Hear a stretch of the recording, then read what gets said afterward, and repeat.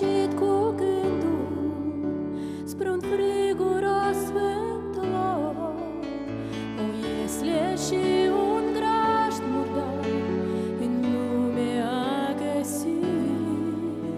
E doar atâtea poverit acelui din vecii.